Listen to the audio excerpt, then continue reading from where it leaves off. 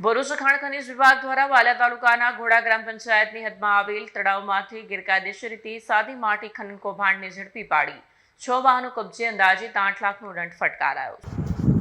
ભરૂચ જિલ્લા ભૂસ્તરશાસ્ત્રીની કચેરીના royalty inspector PN સોલંકીને બાતમી મળી કે વાલિયા તાલુકાના ઘોડા ગ્રામ પંચાયતની હદમાં આવેલ તળાવમાંથી ગેરકાયદેસર રીતે માટી ખનન કૌભાંડ ચાલી રહ્યું છે, જેના આધારે ખાણ ખનીજ વિભાગે દરોડા પાડ્યા। ખાણ ખનીજ વિભાગે સ્થળ પરથી એક હિટાચી મશીન અને 5 હાઈવા ટ્રક પૈકી 2 વાહનોમાંથી 40 મેટ્રિક ટન સાદી માટી મળી અંદાજિત 8 લાખનો દંડ ફટકારી 5 જેટલા વાહનો વાલિયા પોલીસ મથકે સોંપાયા।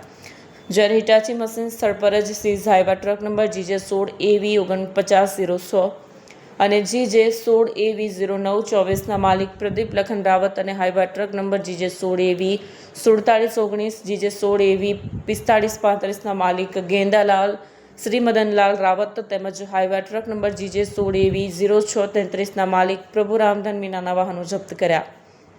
વિડીયો જર્નાલિસ્ટ સંજય વસાવા સાથે સજાય ટીવી ન્યૂઝ વાલિયા।